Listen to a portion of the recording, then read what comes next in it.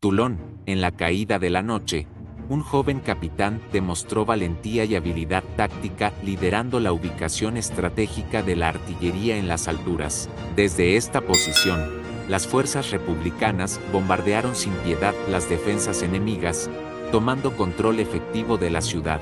En medio del caos, el capitán mostró habilidad para tomar decisiones rápidas y coordinar eficientemente las fuerzas en el campo de batalla. Finalmente, Toulon cayó en manos de las fuerzas republicanas. A pesar de sufrir una grave herida en el muslo, el joven capitán, con tan solo 24 años, persistió hasta el final. Este éxito estratégico le valió la promoción a general de brigada, marcando el inicio de su ascenso meteórico en el ejército francés. Napoleón Bonaparte. En este video exploraremos el asedio de Toulon durante la Revolución Francesa, con un enfoque en Napoleón Bonaparte, su papel en la planificación y ejecución del asedio, sus tácticas innovadoras y el impacto de la toma de Toulon en su carrera militar.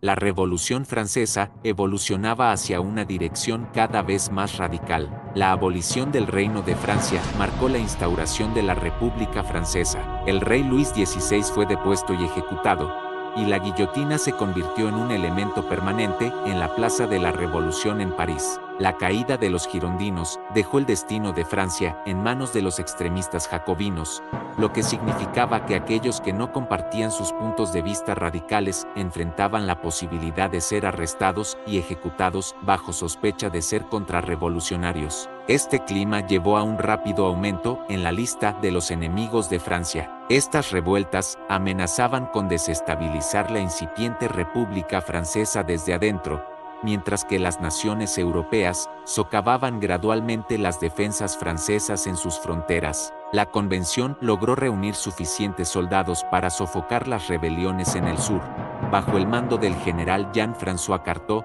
quien antes de la guerra era pintor. Cocteaux avanzó contra los rebeldes federalistas de Marsella, quienes previamente habían tomado Aviñón. La resistencia de estos rebeldes fue mínima, resultando su captura y la posterior recaptura de Marsella un mes después. Los republicanos victoriosos llevaron a cabo ejecuciones de los líderes principales de la revuelta mediante la guillotina y saturaron Marsella con propaganda jacobina. Tras la pacificación de Marsella, Cocteaux se preparó para marchar hacia Toulon.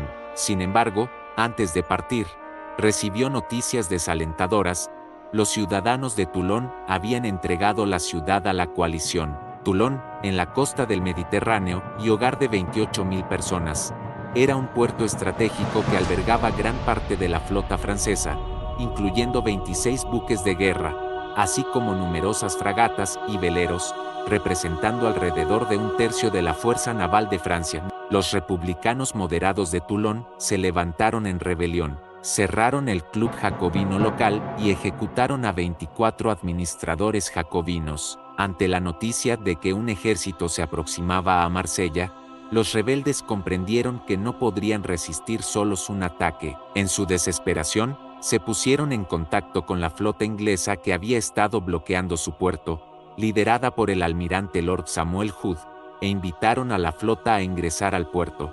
Hood, cauteloso de que pudiera tratarse de una trampa, envió al teniente Edward Cook para reunirse con los líderes rebeldes. Cook recibió instrucciones de descubrir las verdaderas intenciones de los rebeldes y, potencialmente, negociar una alianza. Su tarea implicaba infiltrarse entre la flota francesa atracada en el puerto, bajo el mando del almirante Saint-Julien, que permanecía leal a la República. Después de desembarcar, Cook fue apresado por una turba de los monárquicos.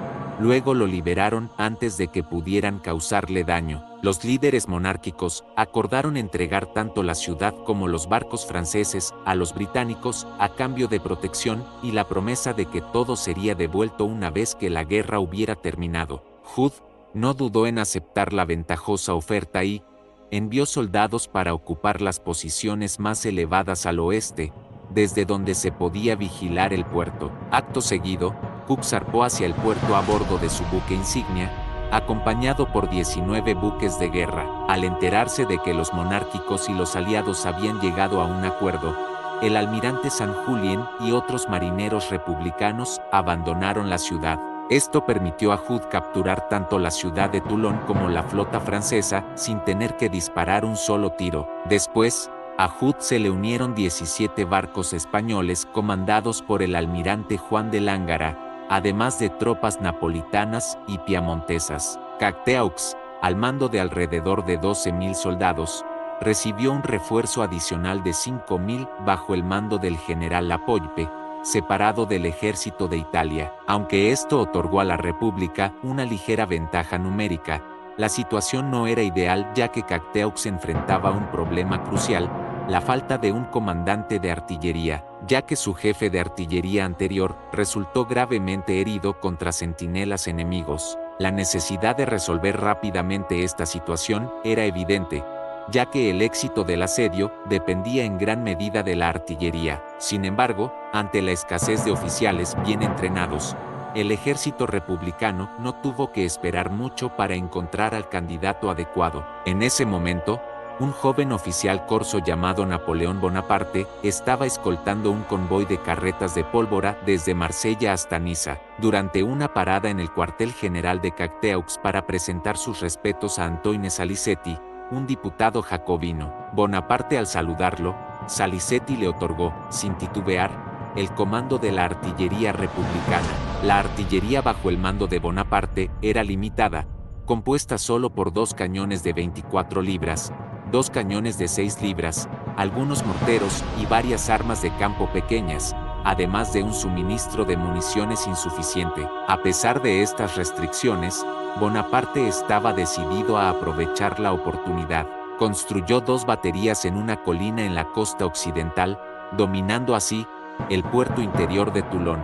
Estas baterías, bajo el mando de Bonaparte, iniciaron el bombardeo de los barcos aliados anclados en el puerto, forzándolos a moverse más cerca de Toulon y quedar atrapados. En este momento, Bonaparte identificó la oportunidad estratégica desde las cumbres occidentales, que permitirían la observación tanto del puerto interior como exterior de Toulon. Llevando una batería hasta esa cima, se podría bombardear la flota aliada desde una posición superior, obligando a Hood a abandonar la ciudad para proteger su flota del ataque francés. Bonaparte presentó su plan al general Cacteaux, quien lo aprobó, quedando como única tarea pendiente llevar a los soldados aliados hasta las colinas para ejecutar la estrategia. Cacteaux dio la orden de atacar, pero cometió un error al no enviar suficientes tropas, resultando en una gran masacre donde los franceses fueron repelidos, alertando así a los aliados sobre sus intenciones. En respuesta, Hood envió refuerzos a las colinas y fortificó las defensas con una formidable barricada, conocida como la Pequeña Gibraltar. Para que el plan de Napoleón tuviera éxito, era crucial capturar esta posición. A pesar de los desafíos, Bonaparte no se rindió. Después de la construcción de la Pequeña Gibraltar por parte de los aliados, su siguiente paso fue fortalecer su propia artillería para contar con más armas. En unas pocas semanas, trabajó incansablemente, escribiendo cartas para obtener armas, municiones y suministros. Utilizó tácticas de extorsión en los pueblos alrededor de Marsella, recientemente sublevados, obligándolos a entregar caballos, e incluso exigió al ejército de Italia el envío de cañones no utilizados. En ese momento, Bonaparte estaba al mando de 64 oficiales, 1.500 hombres y 100 cañones y morteros. Todo este proceso lo llevó a cabo sin consultar a sus superiores, ignorando a Cacteaux y escribiendo directamente al Comité de Seguridad Pública. El desprecio de Bonaparte hacia Cacteaux se originó por el error en la toma de las colinas occidentales. También era compartido por Salicetti, quien conspiró para que Cacteaux fuera relevado a principios de noviembre. Sin embargo, su reemplazo, el general Dopet, no resultó ser más competente. Dopet emitió la orden de atacar la Pequeña Gibraltar. Los franceses lograron expulsar a las tropas españolas del lado derecho del puerto. Luego, Dopet cayó en pánico cuando su asistente murió justo a su lado y ordenó una retirada prematura. Esta decisión dejó a Bonaparte furioso. Dopet fue reemplazado por el general Dugommier.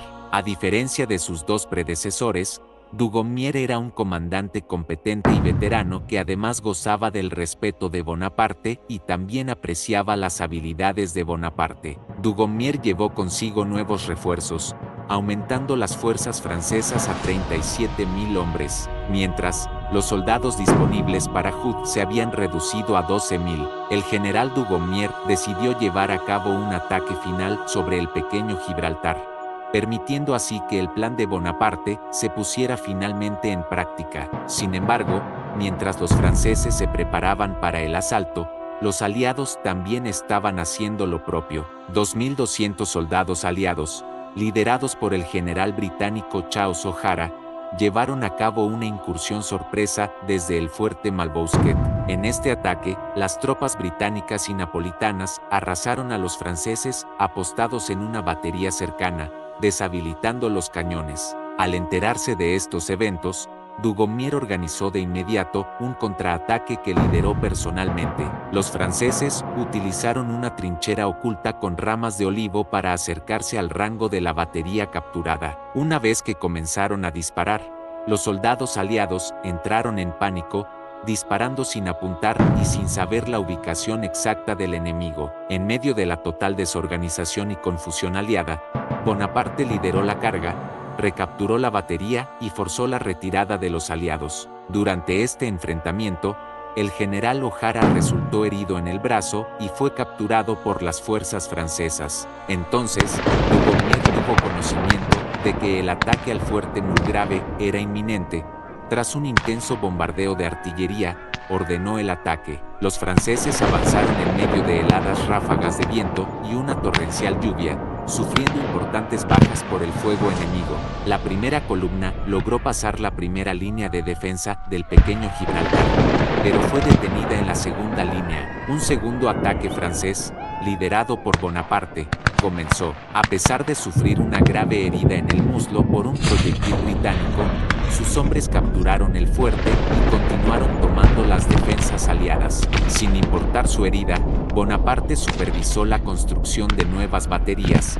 Había 10 cañones listos para iniciar el bombardeo de los barcos aliados anclados en el puerto. Simultáneamente, el general Lapointe capturó las fortificaciones aliadas en Mount Faron y Malbousquet, desplegando cañones adicionales en las colinas. La captura de estas posiciones fue el golpe final para las esperanzas de victoria aliada, y el sitio de Toulon llegó a su fin. Ese día Hood decidió la retirada del puerto, y el almirante español Lángara, temiendo que la flota francesa volviera a manos republicanas, ordenó a sus hombres tomar 3 botes cargados con armas y destruir tantos barcos franceses como fuera posible. Smith, un oficial naval británico recién llegado a bordo, se ofreció como voluntario. Bajo la cobertura de la oscuridad, el equipo de Smith se aproximó a las puertas del muelle del arsenal y llevaron a cabo la misión. A pesar de ser descubiertos por las baterías republicanas, ninguno de los barcos de Smith resultó alcanzado. Cuando los soldados republicanos comenzaron a disparar desde la costa, Smith los contuvo con descargas de metralla. Tras colocar explosivos en los buques de guerra anclados, Smith ordenó que los detonadores se activaran y envió un grupo para incendiar los almacenes en la costa. Las llamas que surgieron iluminaron claramente los objetivos para los cañones franceses. Mientras Smith se retiraba, 2 de sus botes fueron destruidos y 3 de sus hombres perdieron la vida. Antes de regresar con la flota británica, Smith logró prender fuego a 2 barcos de guerra franceses. Simultáneamente, los barcos españoles lograron destruir los cascos de pólvora franceses, provocando enormes explosiones. Mientras los franceses estaban distraídos por el ataque de Smith, Hood ordenó que 3 barcos evacuaran a los soldados aliados en la zona costera. Estos barcos recogieron a todos los soldados aliados que quedaban en la ciudad. Los barcos británicos anunciaron que llevarían consigo a tantos monárquicos franceses como fuera posible. 14.877 ciudadanos de Toulon, aterrorizados por la furia de la República, llenaron las cubiertas de estos barcos. Mientras los monárquicos aún estaban embarcando, los soldados republicanos entraron a la ciudad, causando un pánico generalizado mientras los ciudadanos corrían hacia la costa. Muchos murieron por las balas de cañón republicanas que caían a su alrededor. Algunos monárquicos se arrojaron al mar y se ahogaron, prefiriendo una muerte instantánea a una furiosa venganza. En efecto, aquellos que no lo lograron sufrieron la venganza de los jacobinos. Entre 700 y 800 prisioneros monárquicos fueron llevados al Champ de Mars de la ciudad, donde los ejecutaron a bayoneta o por disparo sin mediar juicio alguno. Bonaparte, quien estaba bajo tratamiento por su herida, no participó en la masacre y fue ascendido a general de brigada con tan solo 24 años. Poco después, alcanzó la fama como comandante del ejército de Italia, encaminándose para luego llegar a ser el emperador de los franceses. Si este recorrido por la fascinante historia de Napoleón Bonaparte te ha dejado intrigado o te ha brindado nuevas perspectivas, te invito a dejar tus comentarios y compartir tus reflexiones. No olvides darle like, suscribirte para más contenidos y activar la campana de notificaciones. Gracias por acompañarnos en este viaje a través de las complejidades de Francia. Hasta la próxima aventura histórica.